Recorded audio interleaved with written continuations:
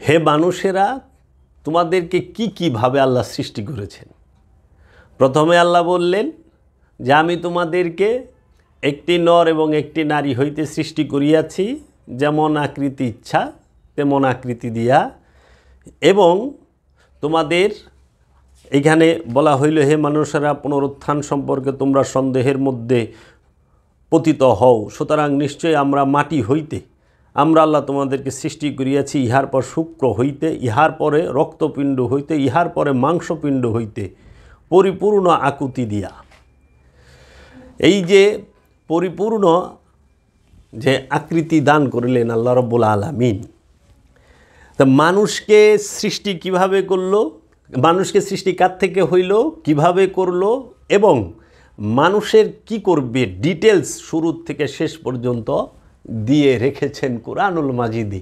যাহারা বলে থাকেন কোরআন মাজিদে সব কিছু নাই, নওজুবিল্লাহ মিন জালিক, তাদের ইমানের জোর কতখানি আপনারাই বিচার করবেন। আবার অনেকে বর্তমান সমাজে বলে থাকেন হাদিস ছাড়া কোরআন বুঝবেন না। কে বলেছে হাদিস ছাড়া কোরআন বুঝবেন?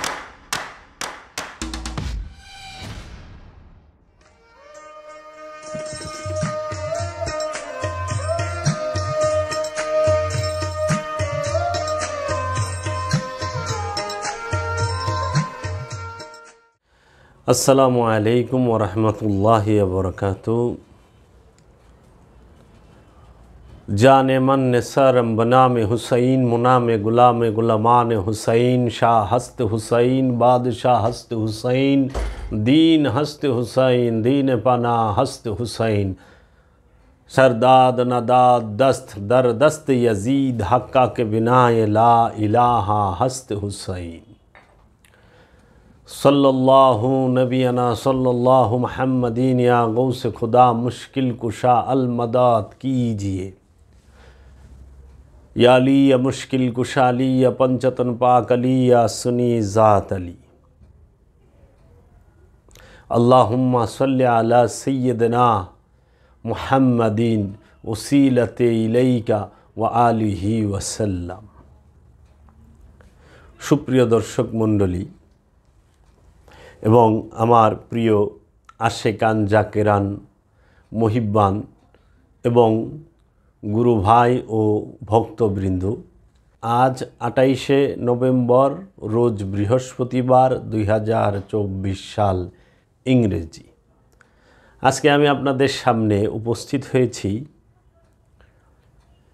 কোরআনুল মাজিদের মধ্যে আল্লাহর এবং আল্লাহর রসুল যে মানুষ সম্পর্কে বর্ণনা দিয়েছেন, মানুষ সম্পর্কে বলেছেন, সেই বিষয়গুলো আমি আজকে আপনাদের সামনে তুলে ধরব। ইতিপূর্বে মানুষ বিষয়ে আমি পূর্বেও 2টি পর্ব করেছি, আজকে 3য় পর্ব। আমরা মানুষ সৃষ্টি থেকে নিয়ে মানুষের শেষ অবধি পর্যন্ত কোরআনুল মাজিদে যাহা বলা হয়েছে সেগুলো আপনাদের সামনে তুলে ধরার চেষ্টা করব। আমার মহান মুর্শিদ কেবলা ও কাবা কালান্দার বাবা জাহাঙ্গীর বা ইমান আল সুরেশ্বরী অফিয়ানহুর মহাপবিত্র নূরের কদম মোবারকে ভক্তি ও চুম্বন করে আমি শুরু করলাম। দয়াল মুর্শিদ রব্বুল আলামিন কোরআনুল মাজিদে ইরশাদ করেছেন,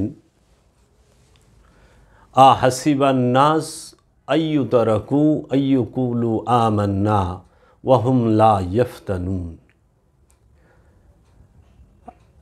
মানুষ কি মনে করে যে সে মুখে বলল, মুখে ঈমান আনলো, তারা মুখে বলল আমরা আল্লাহতে ঈমান এনেছি, এর বদলতে তাদেরকে ছেড়ে দেওয়া হবে পরীক্ষা ব্যতীত? আল্লাহ রাব্বুল আলামিন পরীক্ষা ছাড়া মুখে আমরা যতবারই বলি আমরা আল্লাহতে ঈমান এনেছি, আমরা কলেমা যতবারই পাঠ করি, আল্লাহ রাব্বুল আলামিন কিন্তু বলেছেন যে পরীক্ষা ছাড়া কাউকেও ছাড়া হবে না। পরীক্ষা প্রতিটা আমানুকেই দিতে হবে। প্রতিটা আমানুই পরীক্ষার্থী। ইনসান নয়, প্রতিটা আমান, এবং প্রতিটা মানুষকে পরীক্ষা দিতে হবে। এইখানে যে পরীক্ষা নেবে সেটা স্পষ্ট কোরআনুল মাজিদে আল্লাহ বলেছেন। কিভাবে পরীক্ষা নেবে, কোন কোন উপায়ে নেবে, কি কি মাধ্যমে নেবে, সেগুলো আমরা তুলে ধরব আমাদের আলোচনার মধ্যে। রব্বুল আলামিন কোরআনুল মাজিদে ইরশাদ করেছেন, হে মানুষ, আমি তোমাদেরকে এক নারী ও এক পুরুষ থেকে সৃষ্টি করেছি, আর তোমাদেরকে বিভিন্ন জাতি ও গোত্রে বিভক্ত করেছি, যাতে তোমরা পরস্পর পরিচিত হতে পারো। তোমাদের মধ্যে আল্লাহর কাছে সেই অধিক মর্যাদা সম্পূর্ণ যে তোমাদের মধ্যে অধিক তাকওয়া সম্পূর্ণ নিশ্চয়। আল্লাহ রাব্বুল আলামিন এখানে আমাদেরকে বললেন কোরআনুল মাজিদের এই আয়াতে যে, হে মানুষ, আমি তোমাদেরকে একজন নর এবং একজন নারী থেকে সৃষ্টি করেছি, এবং তোমাদের মধ্যে আল্লাহর কাছে অধিক মর্যাদা সম্পূর্ণ সে যে তোমাদের মধ্যে অধিক তাকওয়া সম্পূর্ণ, খোদা ভীরুতা অধিক যার মধ্যে আছে। তারপরে আল্লাহ কোরআনুল মাজিদে বলেছেন, হে মানুষ, কিসে তোমাকে তোমার মহান রব সম্পর্কে ধোঁকা দিয়েছে। এরপর আল্লাহ রাব্বুল আলামিন বলছেন, যে আকৃতিতে তিনি চেয়েছেন তোমাদেরকে গঠন করেছেন। আল্লাহ যে আকৃতিতে আমাদেরকে চেয়েছেন, আল্লাহ সেই আকৃতিতেই আমাদেরকে গঠন করেছেন। তাহলে আল্লাহ বললেন, আল্লাহর রসুল রাহমাতাল লিল আলামিন পবিত্র জবান মুবারক থেকে, ঠোঁট মুবারক থেকে তিনি যে বাণীটি বলেছেন, বললেন যে, হে মানুষ, তোমাদেরকে এক নারী এক নর হইতে সৃষ্টি করা হয়েছে এবং দলে দলেও বিভক্ত করা হয়েছে, এবং এর মধ্যে যাহারা অধিক তাকওয়াবান তাহারাই আল্লাহর কাছে অধিক মর্যাদা সম্পূর্ণ।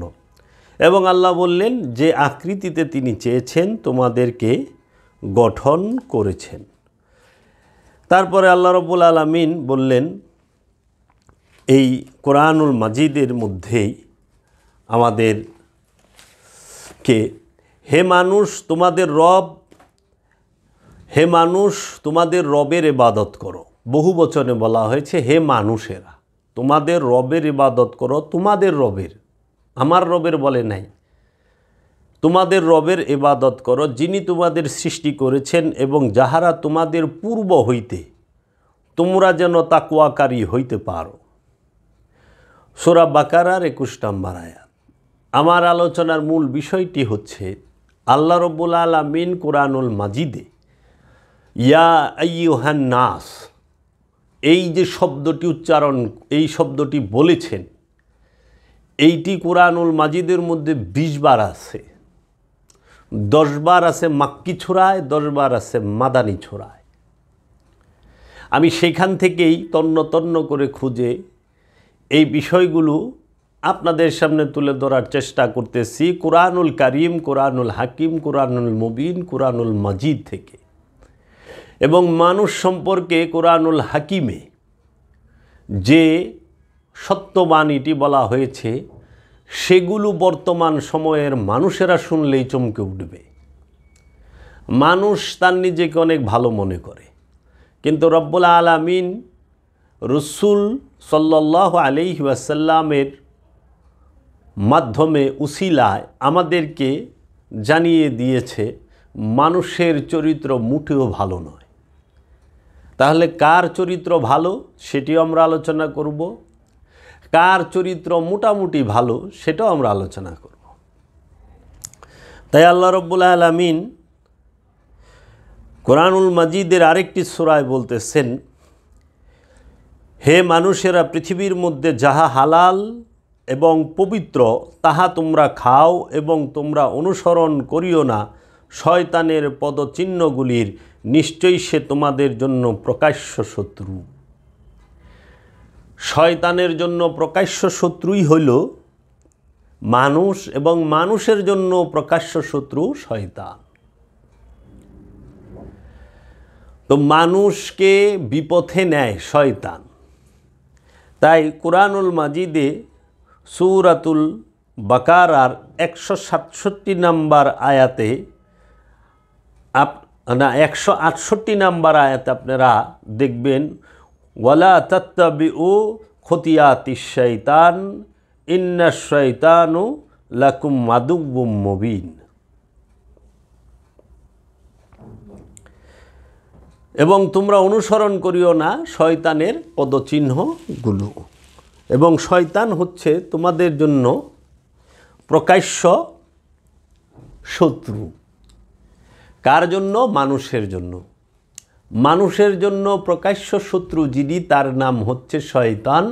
আর এই শয়তানের পায়ের চিহ্নকে অনুসরণ করতে আল্লাহ রব্বুল আলামিন রাহমাতাল লিল আলামিন সরওয়ারে কায়নাত সম্পূর্ণভাবে নিষেধ করেছেন এবং বলছেন স্পষ্ট শত্রু হচ্ছে মানুষের জন্য শয়তান।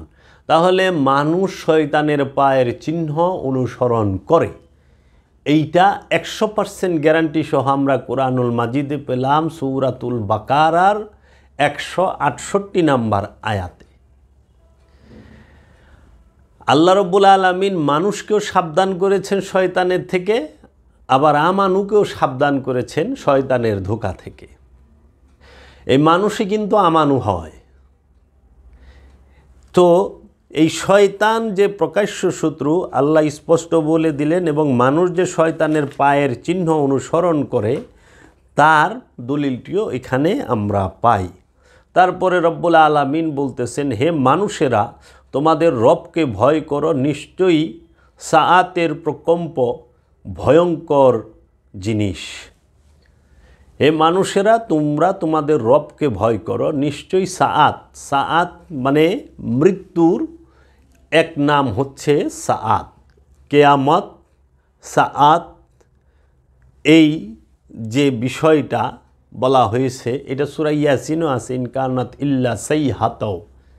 এই সাআত শব্দটি মানে হচ্ছে যে ভয়ঙ্কর কম্পন, মৃত্যু অথবা এমন বিষয়। সাআত মানে মারাও যায় না, বাঁচিয়েও থাকে না, এই অবস্থায় মরেও নাই, বাঁচেও নাই।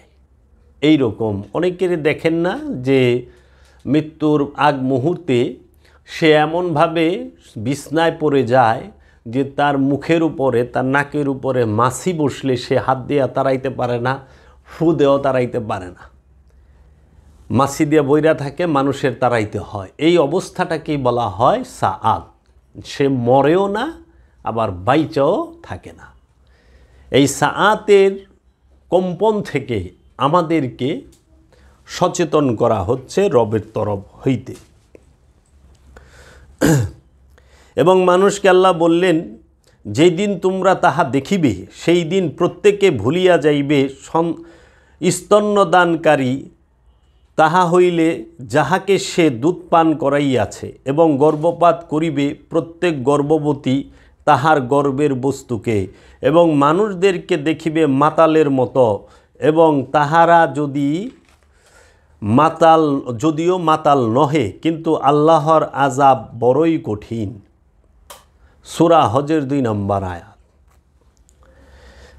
তারপর রব্বুল আলামিন কুরআনুল মাজিদে ইরশাদ করেছেন, হে মানুষেরা পুনরুত্থান সম্পর্কে যদি তোমরা সন্দেহের মধ্যে পতিত হও, সুতরাং নিশ্চয়ই আমরা আল্লাহ মাটি হইতে তোমাদেরকে সৃষ্টি করিয়াছি, ইহার পর শুক্র হইতে, ইহার পর রক্তপিণ্ড হইতে, ইহার পর মাংসপিণ্ড হইতে পরিপূর্ণ আকৃতি দিয়া, এবং পূর্ণ আকারে নহে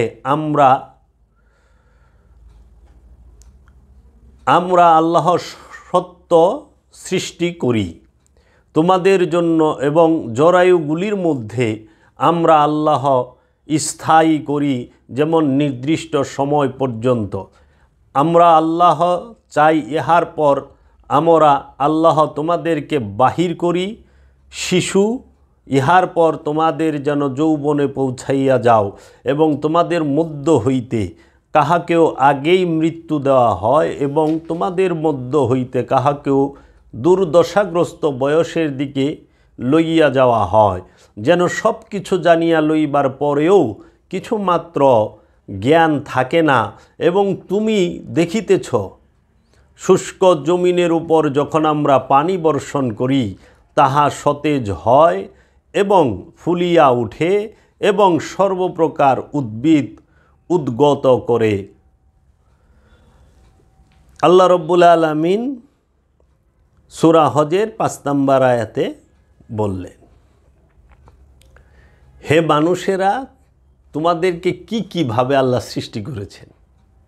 প্রথমে আল্লাহ বললেন যে আমি তোমাদেরকে একটি নর এবং একটি নারী হইতে সৃষ্টি করিয়াছি, যেমন আকৃতি ইচ্ছা তেমন আকৃতি দিয়া। এবং তোমাদের এইখানে বলা হইল, হে মানুষেরা, পুনরুত্থান সম্পর্কে তোমরা সন্দেহের মধ্যে পতিত হও। সুতরাং নিশ্চয়ই আমরা মাটি হইতে আমরা আল্লাহ তোমাদেরকে সৃষ্টি করিয়াছি, ইহার পর শুক্র হইতে, ইহার পরে রক্তপিণ্ড হইতে, ইহার পরে মাংসপিণ্ড হইতে পরিপূর্ণ আকুতি দিয়া। এই যে পরিপূর্ণ যে আকৃতি দান করিলেন আল্লাহ রব্বুল আলামিন, তা মানুষকে সৃষ্টি কিভাবে করলো, মানুষকে সৃষ্টি কার থেকে হইল, কিভাবে করলো এবং মানুষের কি করবে ডিটেলস শুরু থেকে শেষ পর্যন্ত দিয়ে রেখেছেন কোরআনুল মাজিদে।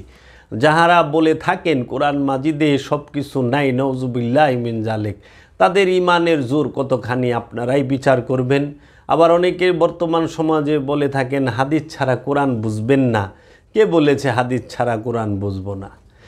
কোরআন আগমনের, কোরআন নাজিল হওয়ার মিনিমাম 500 বছর, আপনার 400 বছর পরে মিনিমাম হাদিস মানুষ দেখেছে, শুনেছে, পড়েছে, মিনিমাম 400 বছর।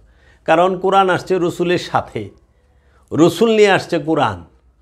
আর হাদিস শরীফ আসছে রসুল সাল্লাল্লাহু আলাইহি ওয়াসাল্লামের ইন্তেকালের 250 বৎসর পরে। তো কাজী এই তাও কোথায়? মানুষের হাতে না। মানুষ পাইতে পাইতে 300-400 বছর পার হয়ে গেছে। এটা মাত্র আনা হয়েছে, তাও হস্তলিখিত। তাহলে আমাদের কথা হইল, এই যে 570 আল্লাহর রসুল আসলেন, 632 রসুল উফাত নিলেন, 810 সালে ইমাম বুখারী আবির্ভাব হইল। উনি বড় হইয়া বুখারী শরীফ লিখলেন 810 থেকে 873 সাল পর্যন্ত। মানুষ সেইটা তিনি রাখলেন। মানুষ সেই হাদিসের কিতাব পাইতে পাইতে মিনিমাম 900 সাল পর্যন্ত চলে গেছে। তাহলে 560 থেকে 900 সাল হিসাব করেন না, 350 বছর এমনি দাঁড়ায় রয়েছে। তাহলে এই 350 বছরে কি মানুষ কোরআন থেকে সমস্ত ইবাদত বন্দেগী এগুলো করেন নাই? করছেন তো। এখন বলবেন না ওই সময় তো অনেকে ছিল। সব জায়গায় কি ছিল? সব জায়গায় কি ছিল? যদি অনেক কথা আসে। তারপর রব্বুল আলামিন কোরআনুল মাজিদে বলেছেন,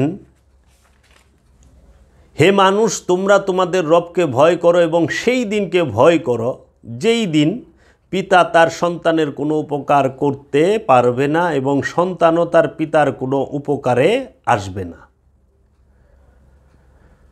নিশ্চয়ই আল্লাহর ওয়াদা সত্য, সুতরাং দুনিয়ার জীবন যেন কিছুতেই তোমাদেরকে ধোঁকা দিতে না পারে এবং উহা প্রতারক শয়তান যেন তোমাদেরকে আল্লাহর সম্পর্কে ধোঁকায় ফেলতে না পারে। রব্বুল আলামিন স্পষ্টভাবে বলে দিছেন, হে মানুষেরা, তোমরা তোমার রবকে ভয় করো, সেই দিনকে ভয় করো যেই দিন পিতা সন্তানের কাজে আসবে না, সন্তানরা পিতার কাজে আসবে না। সেই দিনটা কোন দিন? মৃত্যুর দিন। মানুষকে সতর্ক করা হচ্ছে, রসুল মানুষকে সতর্ক করতেছে, ইন্নাহু লা কাউলুন রসুলিন করিম, এই কোরআন হচ্ছে সম্মানিত রসুলের বাণী, আল কোরআন। মানুষকে সতর্ক করতেছে, তুমি মৃত্যু দিবসকে, কিয়ামত দিবসকে ভয় করো, যেই দিন পিতা সন্তানের কাজে আসবে না, সন্তান পিতার কাজে আসবে না। অনেক টাকা নিয়ে পিতা দাঁড়ায় রয়েছে, সন্তানকে বাঁচাইতে পারতাছে না। অনেক ক্ষমতাশীল সে দেশের প্রধানমন্ত্রী, প্রেসিডেন্ট কিংবা সর্বশ্রেষ্ঠ ধনী, তারপরেও সে তার সন্তানকে ধরে রাখতে পারতাছে না, পিতাকে ধরে রাখতে পারতাছে না। সেই দিনকে ভয় করতে বলছে, যেই দিন সন্তান সম্পদ কোনো কিছুই কাজে আসবে না, কোনো নফসের কাজে আসবে না, শুধু কাজে আসবে একমাত্র রসুল, একমাত্র সাফায়াতকারী ইমাম। এই মসজিদের ইমাম না, যিনি নফসের ইমাম, যিনি ইমানের ইমাম, সেই ইমাম আল্লাহ মনোনীত করেন, সেই ইমাম আল্লাহর রসুল রাহমাতাল্লিল আলামিন মনোনীত করেন। মসজিদ কমিটি মনোনীত করেন না। আর এটা আরবি জানা ইমাম না, মুসলা জানা ইমাম না। এটা যে আত্মজ্ঞানে জ্ঞানী, নিজেকে চিনতে পেরেছেন, নিজেকে জানতে পেরেছেন, আত্মদর্শন করেছেন, রবের পরিচয় পেয়েছেন, রবের সাক্ষাৎ পেয়েছেন, সেই ইমামের কথা বলা হচ্ছে। তাই আল্লাহ বলতেছেন, ইয়ৌমা নাদউ উনাসিম বে ইমামিহিম, তুমি সেই দিন আমি প্রত্যেক ব্যক্তিকে তার ইমাম সহ ডাকবো। কিয়ামতের দিন ইমাম সহ ডাকবে। তাই প্রত্যেকটা মানুষের যিনি ইমাম হবেন তিনি তার রসুল, তিনি তার মুর্শিদ, তিনি তার রেহনুমা। তারপর মাওলা পাক বলতেছেন, হে মানুষ, তোমাদের উপর আল্লাহর নিয়ামতকে তোমরা স্মরণ করো। আল্লাহ ছাড়া আর কোনো স্রষ্টা আছে কি যে তোমাদেরকে আসমান ও জমিন থেকে রিজিক দিবে? তিনি ছাড়া কোনো ইলা নেই। অতএব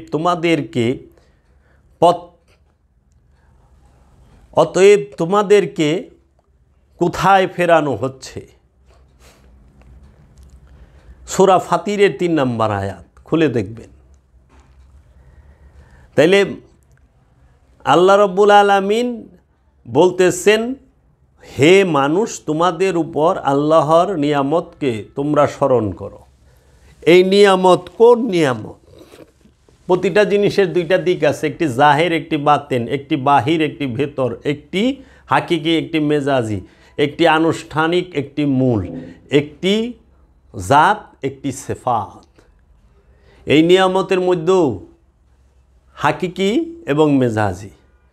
আল্লাহ রাব্বুল আলামিন আমাদেরকে নিঃশ্বাস নেবার জন্য অক্সিজেন দিয়েছেন, আগুন দিয়েছেন তাপ নেবার জন্য, পানি দিয়েছেন পিপাসা মিটাবার জন্য, এবং জমিন দিয়েছেন বিচরণ করার জন্য এবং রিজিকের ব্যবস্থার জন্য। এগুলো সবই আল্লাহর নিয়ামত। খাদ্য, শস্য, ফল ফলাদি যাহা কিছু আছে, আসমান জমিন সবই নিয়ামত।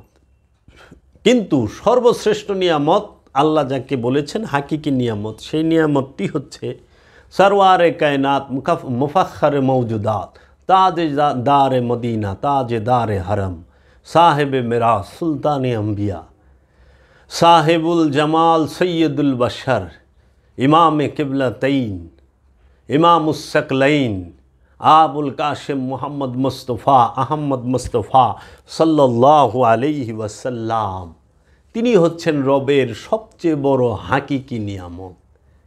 যেই নিয়ামত দিয়ে আমার মতো মানুষকে, আপনার মতো মানুষকে আল্লাহ রাব্বুল আলামিন হেদায়েতে প্রবেশ করাবেন। তারপর রব্বুল আলামিন বলতেছেন, হে মানুষ, নিশ্চয় আল্লাহর ওয়াদা সত্য, অতএব দুনিয়ার জীবন যেন তোমাদেরকে কিছুতেই প্রতারিত না করে। আর বড় প্রতারক যেন তোমাদেরকে আল্লাহর ব্যাপারে প্রতারণা না করে। বড় প্রতারককে শয়তান। তো এখন আল্লাহ রাব্বুল আলামিন বললেন, হে মানুষ, নিশ্চয়ই আল্লাহর ওয়াদা সত্য, অতএব দুনিয়ার জীবন যেন তোমাদেরকে কিছুতেই প্রতারিত না করে। খেয়াল করেন, দুনিয়া আরবি শব্দ, আর্থ পৃথিবী, এইটা আরবি শব্দ। দুনিয়ার পৃথিবী এক না। দুনিয়ার জীবন মানে হচ্ছে, দুনিয়া মানেই হলো মনের সৃষ্ট কল্পনাকে দুনিয়া বলা হয়। মনের মধ্যে যে বিভিন্ন প্রকার আশা আকাঙ্ক্ষা স্বপ্ন কামনা বাসনা সৃষ্টি করে রাখা হয়, তৈরি করে রাখা হয়, সেই কল্পনার ভিতরে যতকাল অবস্থান করা হয় সেই অবস্থানকৃত সময়টাকে দুনিয়া বলা হয়, দুনিয়ার সময় বলা হয়। এই দুনিয়া মনের সৃষ্ট কল্পনা। এই দুনিয়ার জীবন যেন তোমাদেরকে কিছুতেই প্রতারিত না করে। এর জন্য একজন কাফের দুনিয়াতে বসবাস করে, আর একজন ওলিয়ে কামেল তিনি দুনিয়ায় বসবাস করে না, পৃথিবীতে বসবাস করে। কারণ পৃথিবী হইল তৌহিদ রাজ্য। এই পৃথিবীতে তৌহিদবাসীরাই অবস্থান করে, দুনিয়ার মধ্যে শিরককারীরা অবস্থান করে। যারা শিরক করে, যারা আল্লাহর সাথে শিরক করেন, আল্লাহ যে স্থানে থাকেন, আল্লাহ যে নফসের নিকটে থাকেন, সেই নফসের মধ্যে যখন শয়তানকে মিশিয়ে রাখা হয় তখনই শিরক করা হয়। এর জন্য শিরক মনের বিষয়, শিরক নফসের বিষয়। কারণ নফস পবিত্র, আর নফসের সাথে খান্নাস মিশে আছে, সেই খান্নাস অপবিত্র। এই নফসের সাথে যখন খান্নাস যোগ করে তখনই আমাদের দেশে প্রচলিত ভাষায় বলে নফসের খাহেশে, ইচ্ছায়। এই নফসের ইচ্ছাটাই শয়তান। তো কাজেই এই নফস যখন শয়তান মুক্ত হইয়া আল্লাহতে ফানা হয়, রবের মধ্যে বাঁকা হয়, তখন সে পৃথিবীতে অবস্থান করে, তৌহিদ রাজ্যে অবস্থান করে। আর যখনই খান্নাসরূপী শয়তান মিশে একটি মানুষ আমিত্বে পরিপূর্ণ হইয়া যায়, দুই নফস আর খান্নাস দুইয়ে মিলে একাকার হয়ে থাকে, তখনই সে শিরকে ডুবে থাকে। তো শিরক কখনোই মুখে বলার বিষয় না, শিরক অন্তরে ধারণ করার বিষয়, মনের অবস্থার বিষয়, মনের অবস্থানের বিষয়। মনের গহীনে যে অবস্থান করে তাহাই শিরক। এর জন্য মানুষের মন আল্লাহর মহানূরের মাঝে ডুবিয়ে দিতে হবে, তখনই সে শিরক মুক্ত হবে। আর মানুষের মন যদি কামনা বাসনার মধ্যে ডুবিয়ে রাখে তখনই সে শিরক যুক্ত হবে, শিরককারী হবে। এর জন্য এই মাথা তৌহিদে বাস করে, এই মাথা আপনি যেহেনেই নুয়ান সেইটাও তৌহিদে বাস করে, কিন্তু এই মন তৌহিদে বাস করে না। আমরা সবাই মাথাকে, আমাদের দেহের মাথাটাকে প্রতিদিন 5 টাইম 17 রাকাতে আপনার 17 দোকানে 34 বার আল্লাহর সামনে দেহের মাথাটাকে নোয়াই। কিন্তু আমরা এই মনটাকে দিনরাত 24 ঘন্টার মধ্যে একবারের তরেও রবের দরবারে ঝুঁকাই কিনা সেটা নিয়ে সন্দেহ আছে। তো রবের দরবারে ঝুঁকাইতে হবে আপনার কলবকে, আপনার মনকে, আপনার হৃদয়কে, আপনার অন্তরকে। মনটাকে যদি আমি আমার রসুলের কদমে, রবের কদমে ঝুঁকাইতে পারি, সমর্পণ করতে পারি, সেজদা করাইতে পারি, তখন যায় আমি শিরক মুক্ত। আর তা না হইলে আমি যদি সর্বক্ষণ মসজিদে যায় নামাজ 5 ওয়াক্ত পড়ি, 17 রাকাত পড়ি, 34 বার আমি সেজদা দেই, কিন্তু আমার অন্তর সে রবের দরবারে সেজদা দিচ্ছে না, ঝুঁকছে না, রসুলের দরবারে সেজদা দিচ্ছে না, ঝুঁকছে না, আমি যদি মাথার সেজদাও 34 বার করি তারপর আমি শিরকে ডুইবা রইছি। মানুষ শিরকে ডুইবা রইছে, কারণ মানুষের শিরক থাকে তার অন্তরে, তার কলবে। মাথা জমিন দুইটাই তৌহিদে বাস করে। এই জমিনও তৌহিদে বাস করে, এই মাথাও তৌহিদে বাস করে। কিন্তু মন কইলে জমিনেও বাস করে না, তৌহিদেও বাস করে না, দুনিয়ায় বাস করে। এর জন্য আপনার কলবটাকে আল্লাহর রাহে, রসুলের কদমে, রসুলের ইচ্ছার কাছে, আল্লাহর ইচ্ছার কাছে পরিপূর্ণরূপে উৎসর্গ করার নামই সেজদা। তাই সেজদা কাকে বলে? সেজদার শব্দের অর্থ হইল সমর্পণ, আত্মসমর্পণ, নিজের ইচ্ছাটাকে আল্লাহর ইচ্ছার কাছে সম্পূর্ণরূপে উৎসর্গ করতে পারলে, নিজের মনের ইচ্ছাকে, হৃদয়ের ইচ্ছাকে, অন্তরের ইচ্ছাকে আল্লাহর মধ্যে সম্পূর্ণরূপে উৎসর্গ করতে পারলে হয় সেজদা।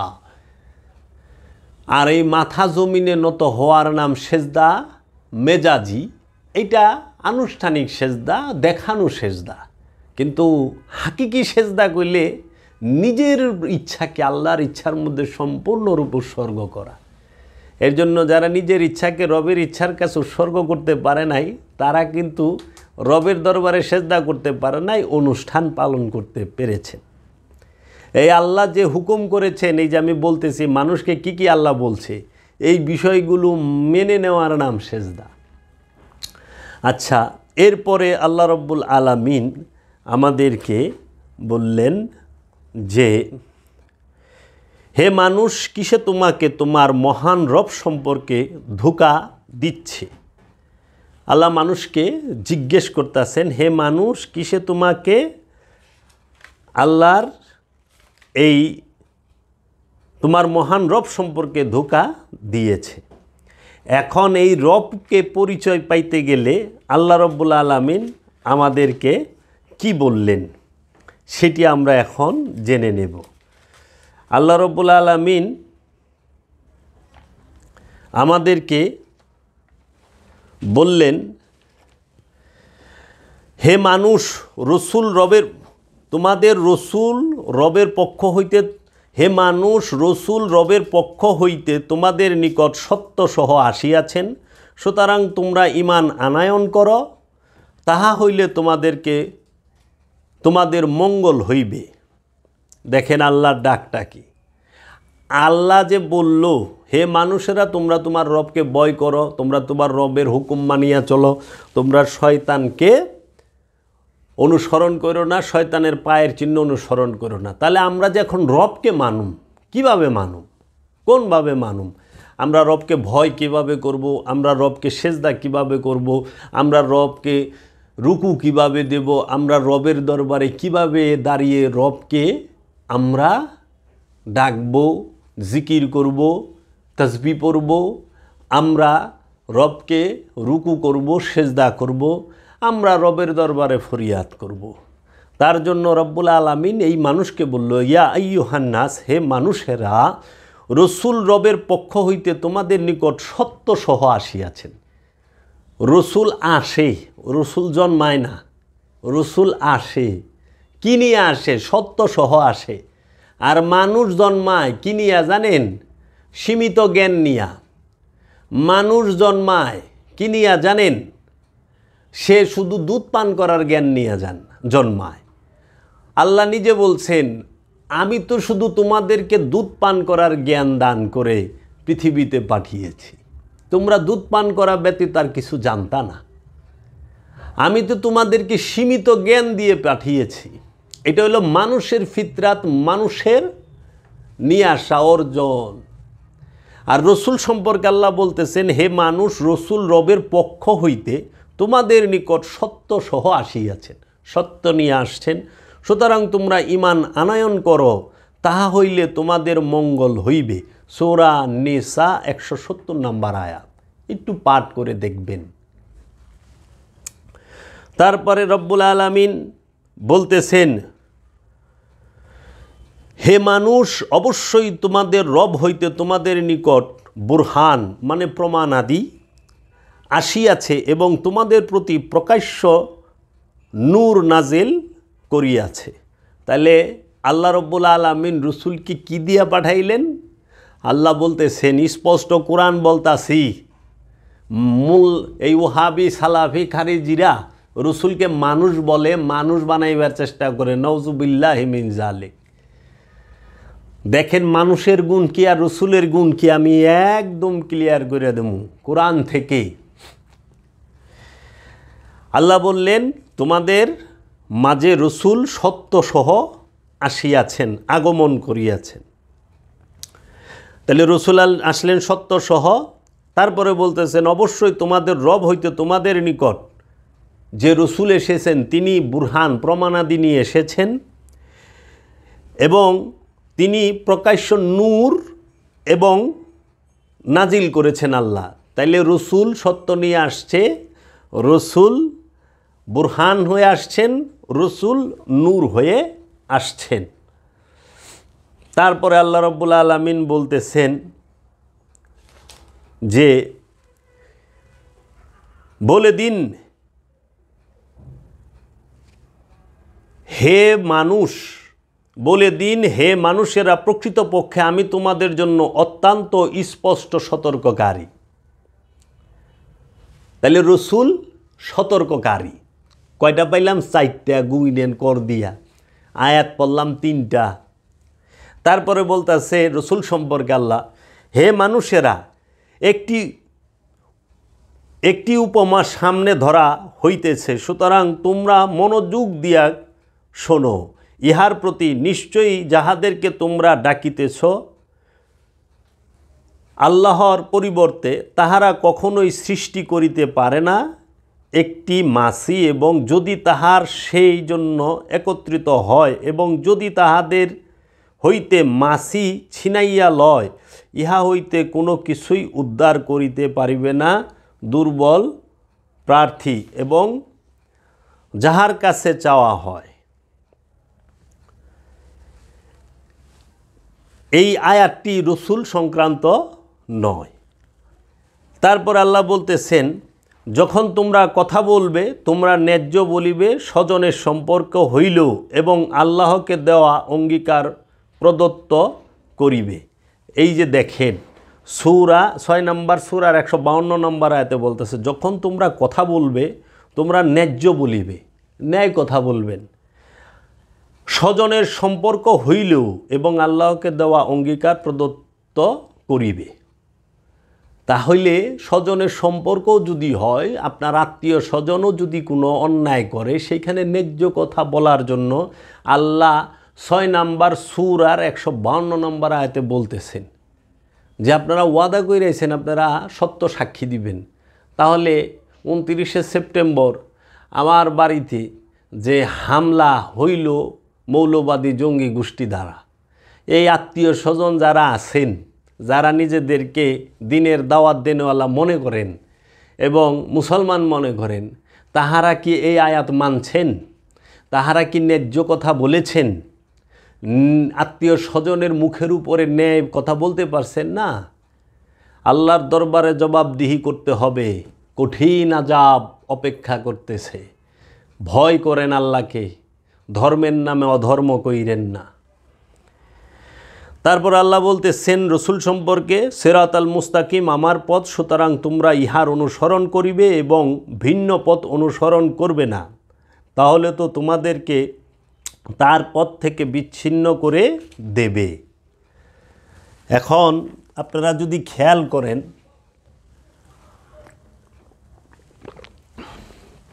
আল্লাহ রাব্বুল আলামিন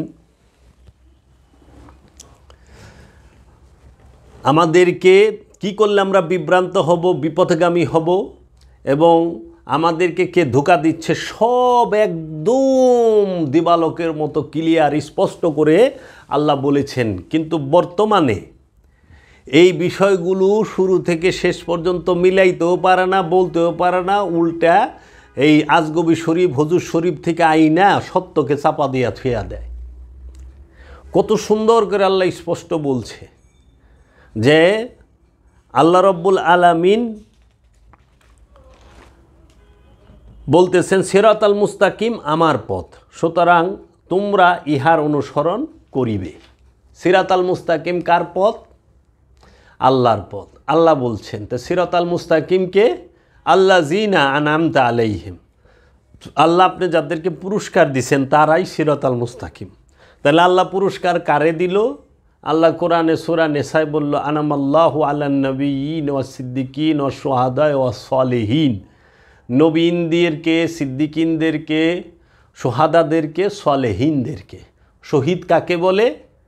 যে আপন রসুলের মোহব্বতে, যে আপন রসুলের মোহব্বতে সে মরে গেছে, আপন রসুলের প্রেমে যে ব্যক্তি মইরা গেছে, মিটা গেছে, সেই শহীদ হতে পেরেছে। এই রসুলের প্রেমে মোহব্বতে যিনি মারা যান মিটা যান তিনি শহীদ।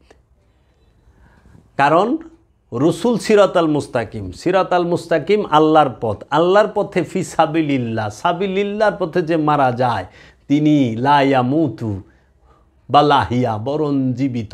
তারা মৃত নয়, জীবিত, তাহারা সোহাদা, শহীদ। এই সিরাতাল মুস্তাকিমই হচ্ছেন নবী, রসুল, ওলি আল্লাহগণ।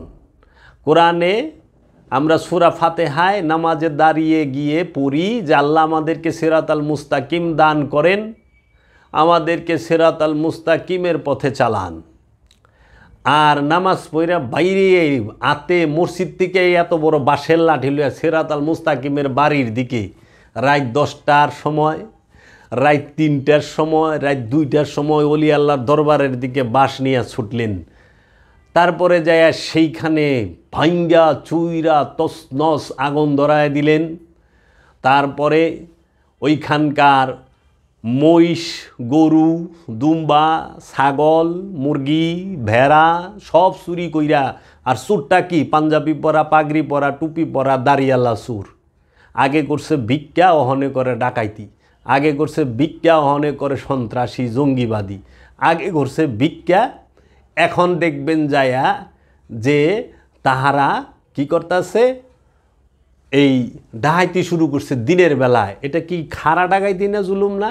যে একটা দরবারে, একটা অলির দরবার ভাঙচুর করে অলির দরবারের দুম্বা লইয়া পাগড়ি পিন্দা, পাঞ্জাবি পিন্দা মৌলবী দরবার ভালাইছে। দেখবেন আপনারা যে এই যে আমাদের শেরপুরে একটা দরবার ভাঙছে, সেই দরবারে কিছু দুম্বা ছিল, দেখি মৌলবী সাপ এই দাড়ি পাগড়ি টুপি পিন্দা দুম্বা লয়ে দূর, দুম্বা লয়ে খাড়ায় রয়েছে।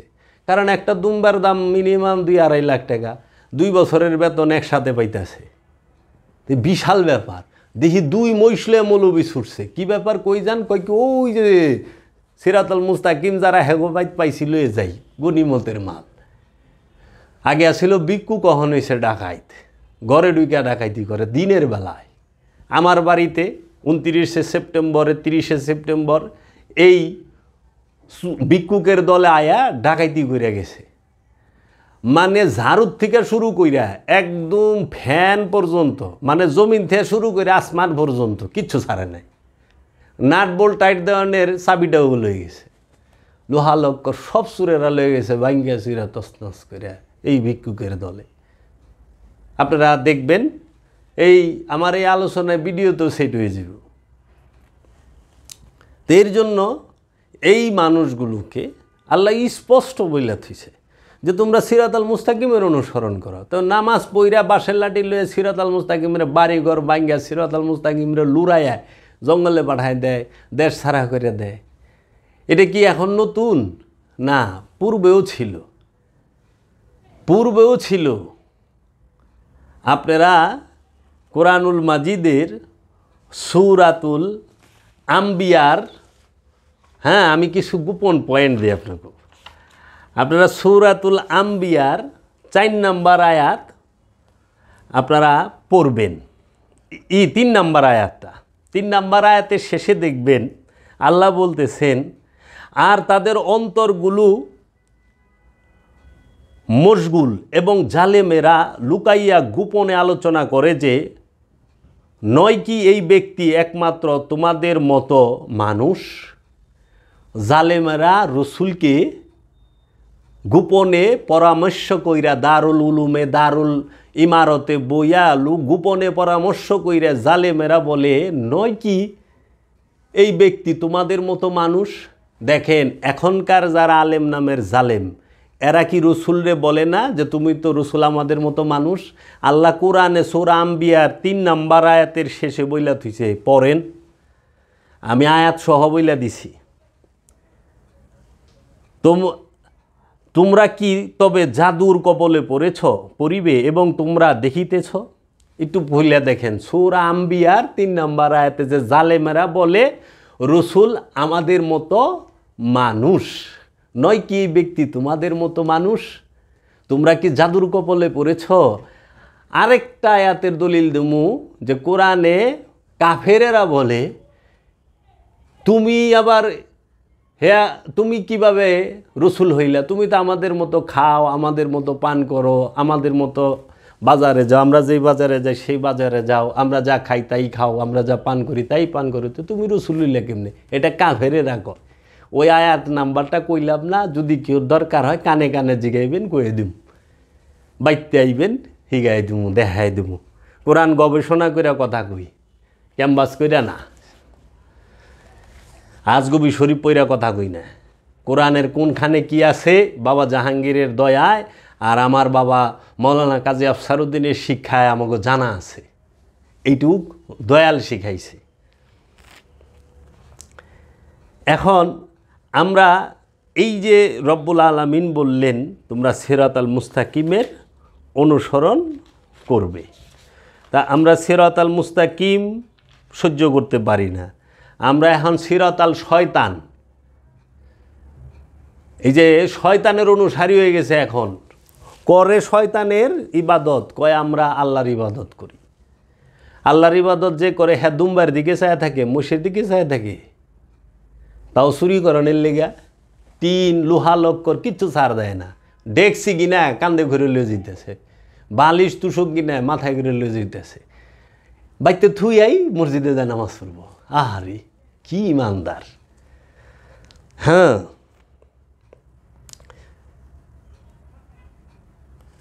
তারপরে আল্লাহ রব্বুল আলামিন বলতেছেন, হে মানুষ, তোমরা আল্লাহর প্রতি মুখাপেক্ষী আর আল্লাহ অমুখাপেক্ষী। আল্লাহ রব্বুল আলামিন প্রশ্ন করলেন, হে মানুষ, কিসে তোমাকে তোমার মহান রব সম্পর্কে ধোঁকা দিয়েছে? আল্লাহ বললেন, হে মানুষ, তোমার রব পর্যন্ত পৌঁছাইতে অবশ্যই তোমাকে কঠোর পরিশ্রম করতে হবে, অতঃপর তুমি তার সাক্ষাৎ পাবে। আল্লাহর সাক্ষাৎ, রবের সাক্ষাৎ পাওয়া যায়, কোরআনে কয়ে তুই চাল্লায়। যারা কোন আল্লাহর দেখা যায় না, রবের দিদার লাভ পাওয়া যায় না, আল্লাহ নিজে কইছে, হে মানুষ, তোমার রব পর্যন্ত পৌঁছাইতে অবশ্যই তোমাকে কঠোর পরিশ্রম করতে হবে, অতঃপর তুমি তার সাক্ষাৎ পাবে। আল্লাহর সাক্ষাৎ পাওয়া যায়, কিন্তু কঠোর পরিশ্রম করতে হবে। আল্লাহ স্পষ্ট বলে দিলেন, মানুষ তুমি কি করবা, তোমাকে কি থেকে তৈরি করা হয়েছে, কি থেকে সৃষ্টি করা হয়েছে, কি রূপে করা হয়েছে, তুমি কি করো। তারপরে বলা হইল, মানুষ তুমি সিরাতাল মুস্তাকিমের অনুসরণ করবা। মানুষ আমি তোমার কাছে রসুল পাঠাইছি নূর দিয়া, স্পষ্ট সত্য সহ এসেছে, বুরহান সহ এসেছে, নূর সহ এসেছে, কিতাব সহ এসেছে, হেকমত সহ রসুল এসেছে, তোমরা রসুলের অনুসরণ করো। যখন আল্লাহ রব্বুল আলামিন দেখলেন এই সেই মানুষ যিনি আল্লাহকে রবকে অনুসরণ করে না, সে কি করে রবে বলতাছে। শুইনেন মানুষের গুণ, কোরআন থেকে বলতেছি প্রত্যেকটা। আল্লাহ বলতেছে, মানুষ ঝগড়াটে, মানুষ কৃপণ, মানুষ অলস, মানুষ লোভী, মানুষ অহংকারী, মানুষ অধৈর্য, মানুষ হিংসুট, মানুষ তাড়াহুড়াপ্রবণ, মানুষ দুর্বল, মানুষ জালিম, মানুষ উদাসীন, মানুষ অকৃতজ্ঞ, মানুষ সীমালঙ্ঘনকারী, মানুষের জ্ঞান সীমিত, মানুষ সীমালঙ্ঘনকারী, মানুষ বেশি দিন বাঁচতে চায়, মানুষ বিপদে পড়লে আল্লাহকে ডাকে পরে ভুলে যায়, মানুষ অনুগ্রহ পেলে খুশি হয় আর মুসিবত আসলে অকৃতজ্ঞ হয়ে যায়। মানুষকে অনর্থক সৃষ্টি করা হয়েছে এ ধারণা যারা করে তারা ভুলে বাস করে। মানুষকে অনর্থক সৃষ্টি করা হয়েছে এ ধারণা ভুল। মানুষের উপর ক্ষমতাবান আর কেউই নেই এ ধারণা ভুল।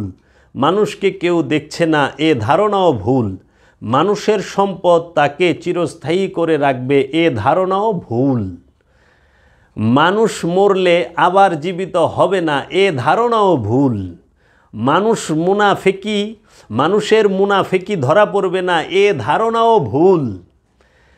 পাপীদেরকে ভালো লোকদের সাথে গণ্য করা হবে এ ধারণাও ভুল। মানুষকে পরীক্ষা ছাড়াই ছেড়ে দেওয়া হবে এ ধারণাও ভুল। বুঝছেন কতটি ভুল ধারণার মধ্যে বৈশা রয়েছে মানুষ। আমি আবার পড়ি, দেখেন ভুলের শুরু কই থেকে, যে মানুষকে অনর্থক সৃষ্টি করা হয়েছে এ ধারণাও ভুল, মানুষের উপর ক্ষমতাবান আর কেউ নেই এ ধারণাও ভুল, মানুষকে কেউ দেখছে না এ ধারণাও ভুল, মানুষের সম্পদ তাকে চিরস্থায়ী করে রাখবে এ ধারণাও ভুল, মানুষ মরলে আবার জীবিত হবে না এ ধারণাও ভুল, মানুষের মুনাফেকি ধরা পড়বে না এ ধারণাও ভুল, পাপীদেরকে ভালো লোকদের সাথে গণ্য করা হবে এ ধারণাও ভুল। এক স্টেজে বইলেই পাপী ভালো হয়ে যায় না। মানুষকে পরীক্ষা ছাড়াই ছেড়ে দেওয়া হবে এ ধারণাও ভুল। প্রত্যেক মানুষ জান্নাতে প্রবেশ করবে এ ধারণাও ভুল। 10টা ভুল ধারণা লয়ে বই রয়েছেন আপনারা। চায়া দেখেন আল কোরআন, এটি প্রত্যেকটার আয়াত লাগবো, দলিল লাগবো। অধম জাবেরের কাছে আইবেন, একদম দলিল দেয়া দেখায় দেবো। আমি শুধু এইটা অ্যাকুরেট বলার জন্য এত কিছু বলতে, এগুলোর তাফসির, এগুলোর ব্যাখ্যাও আমি করব। মানুষ মন্দ কাজ করেও মনে করে যে সে ভালো কাজ করছে, এটা মানুষের বদ চিন্তা, বদ অভ্যাস। মানুষ ও জিন সৃষ্টি করা হয়েছে আল্লাহর ইবাদতের জন্য।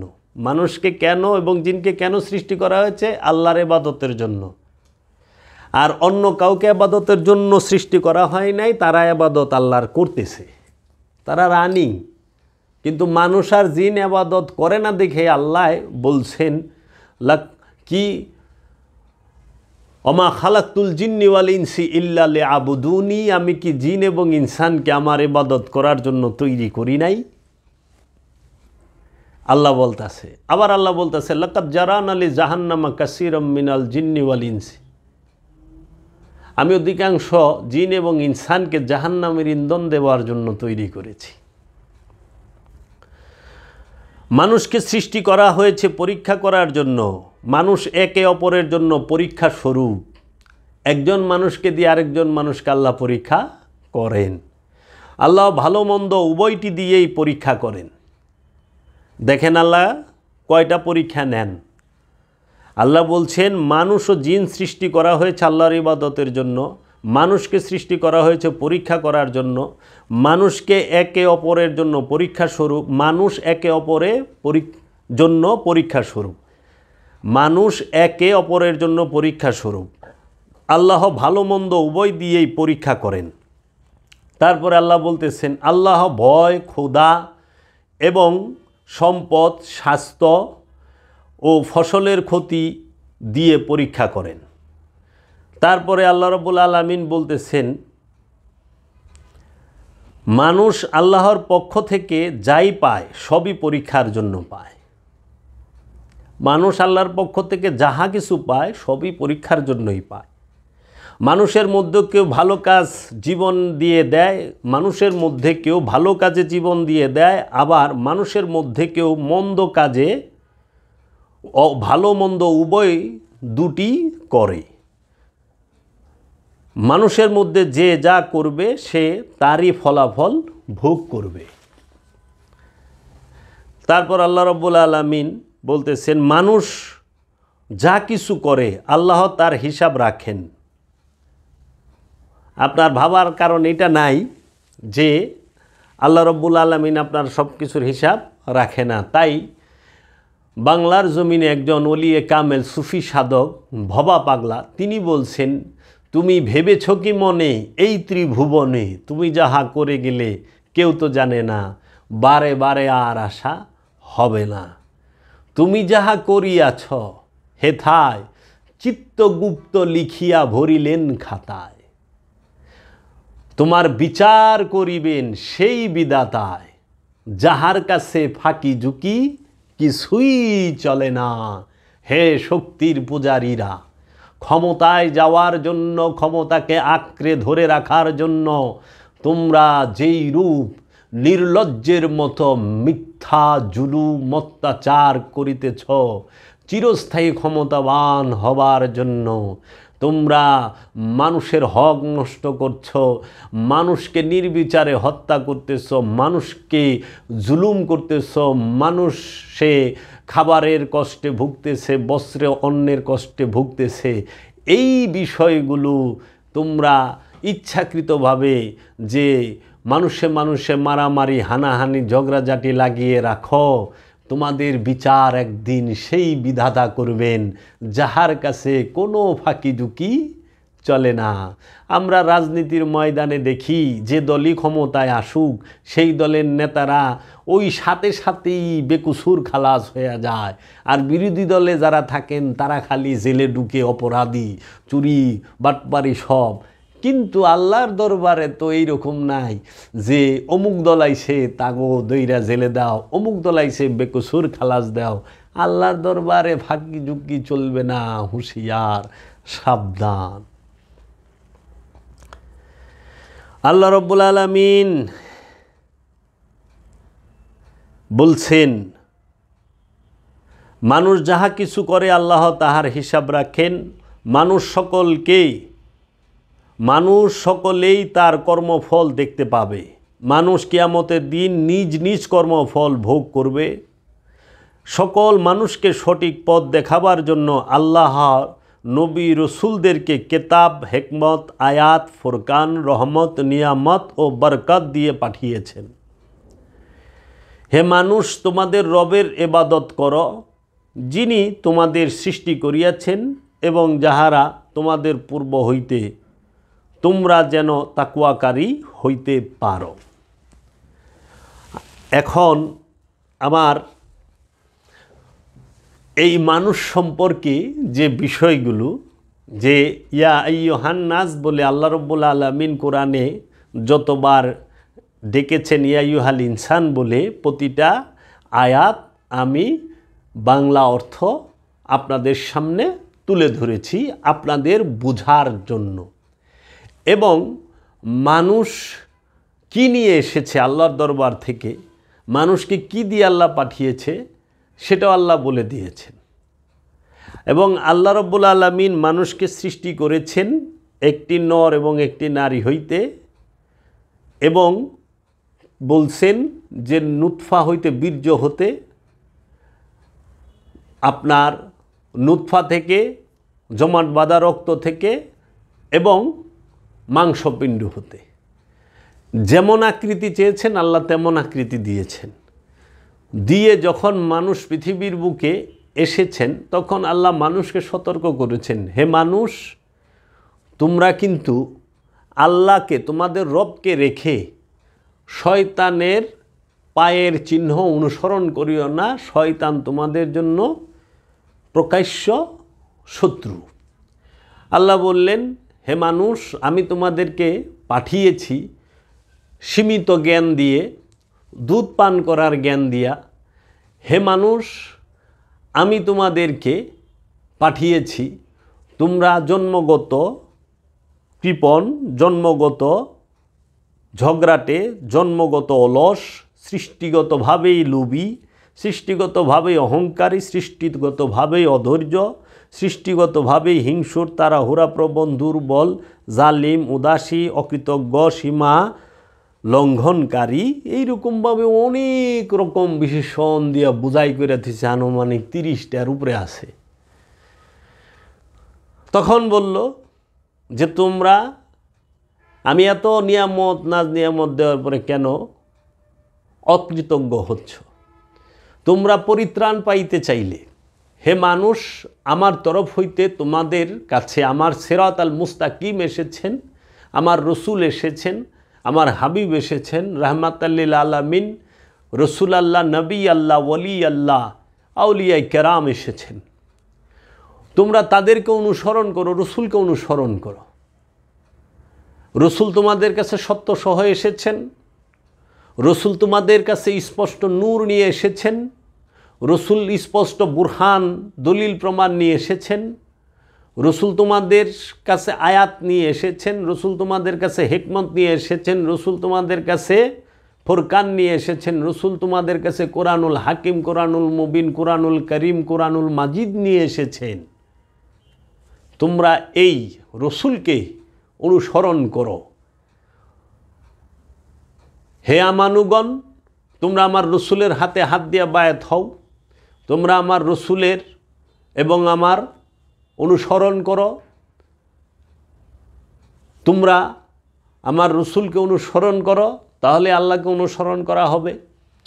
মানুষকে সতর্ক করলেন, কিন্তু সেই মানুষ অতিশয় জালেম, অকৃতজ্ঞ। সেই মানুষ রসুলকে অনুসরণ করতে চায় না। তারা অধিকাংশ মানুষ আপন প্রবৃত্তির অনুযায়ী চলাফেরা করে, নিজের ইচ্ছার পূজা করে, তাহারা শিরকে অবস্থান করে ডুবে থাকে। তারা সেজদাকারী না, তারা জালিম। আর এই রসুল যখন আসে তখন জালিমেরা বসে চুপি চুপি পরামর্শ করে, এই বলে যে আল্লাহ কোরআনে বলতেছেন সূরা আম্বিয়া ৩ নম্বর আয়াতে, জালেমেরা লুকাইয়া গোপন আলোচনা করে যে নয় কি এই ব্যক্তি একমাত্র তোমাদের মতো মানুষ। প্রশ্ন করছে, তোমরা যে তার অনুসরণ করবা তো তোমাদের মতো মানুষ। এটা জালেমেরা কইছে, কোরআন কয়ে দিতেছে। যেই মোল্লা মুন্সির দলে রসুলকে মানুষ বলে সমাজের বুকে পরিচয় করাইতে চায়, সেই ওয়াহাবি মৌলবীদেরকে বলি, কোরআনে আল্লাহ 1450 বছর আগে রহমাত আল্লিল আলামিনরে দিয়ে আপনাকে জালেম কয়ে থুয়া দিছে। একটু কোরআন পড়েন। তাহারা জালেম। তারা বলে তোমরা কি জাদুর কবলে পড়ছ? তোমরা তো জানো এই ব্যক্তি আবার রসুল হয় কেমনে? নাউজুবিল্লাহি মিন যালিক। রসুলের বিরোধিতা শিখাইছে, আবার যুক্তি দাঁড় করাইছে কেমনে? আরে তুমি কিভাবে রসুল হইলে? আমরা যেই বাজার, কাফেরেরা বলে তুমি কি সে রসুল? আমরা যেই বাজারে যাই তুমি যে সেই বাজারে যাও, আমরা যা পান করি তুমিও তা পান করো, আমরা যা খাই তুমিও তাই খাও, আমরা যেখানে যেভাবে হাঁটি তুমি ওইভাবে হাঁটো, আমরা যেভাবে ঘুমাই তুমি অমনে ঘুমাও, আমরা যেভাবে খাই তুমি অমনে খাও, আমরা যে স্থানে থাকি তুমিও তো একই স্থানে থাকো। তুমি রসুল হইলে কেমনে? আমাদের সাথে ফুটবল খেলছে 3 বছর আগে, আমরা একসাথে পড়ছি, এরকমও কয়। তো রসুলের সাথে পরগাতাতে গিয়েছে, এটি কাফেরের কথা। মানুষ আর রসুল কখনোই এক না। মানুষ জন্মায়, রসুল আগমন করে। জন্মানো আর আগমনের বিষয়টা আগে বুঝেন না। মানুষ আল্লাহর না, কিন্তু রসুল আল্লাহর। আল্লাহ নিজেই রসুল, রসুল আল্লাহ। জি, এখন এই রসুলকে মানুষ যখন অনুসরণ করে না, তখন যারা অনুষ্ঠান নিয়ে ব্যস্ত, রসুলের কাছে মুরিদ হওয়া বায়াত হওয়া নিয়ে তারা ধারে না, তাদেরকে জালিম বলছে। এরপরে আমি এই মানুষদেরকে কিভাবে হেদায়েতের পথে যেতে হবে সেই বিষয়টা আপনাদের সাথে আগামী পর্বে তুলে ধরব।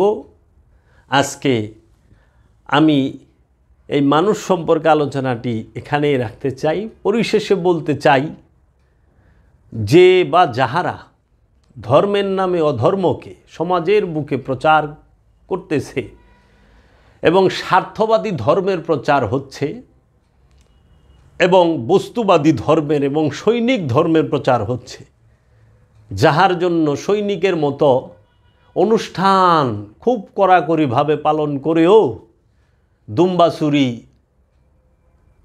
মহিষ চুরি, ছাগল চুরি করার খাসিলত পরিবর্তন হইল না।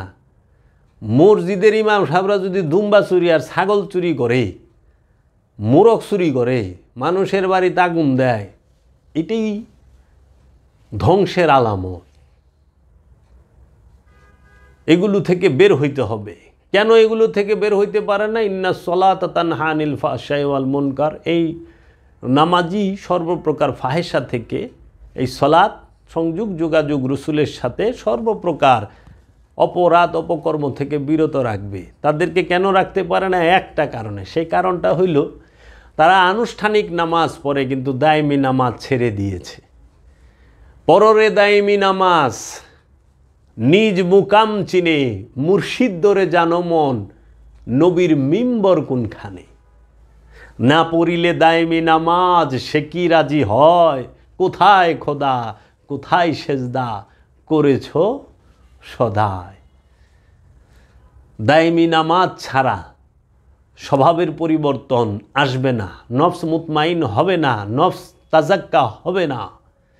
এই দায়মি নামাজের শিক্ষা দেবে ওলিয়ে কামেল। হাজারো ভণ্ডপীরের মাঝখানেও ওলিয়ে কামেল বসে আছে। এই ওলিয়ে কামেল চেনা এবং পাওয়া বড়ই ভাগ্যের ব্যাপার, বড়ই কষ্ট। তাই পীর বড় নয়, সত্য পাওয়া বড়।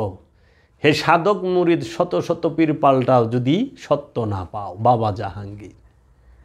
তাই ওলিয়ে কামেল আছে দেখাই ভণ্ড পীর সাইজা বয়ে রইছে, মানুষকে ধোকা দিচ্ছে, মনে হয় কত কিছু জানে।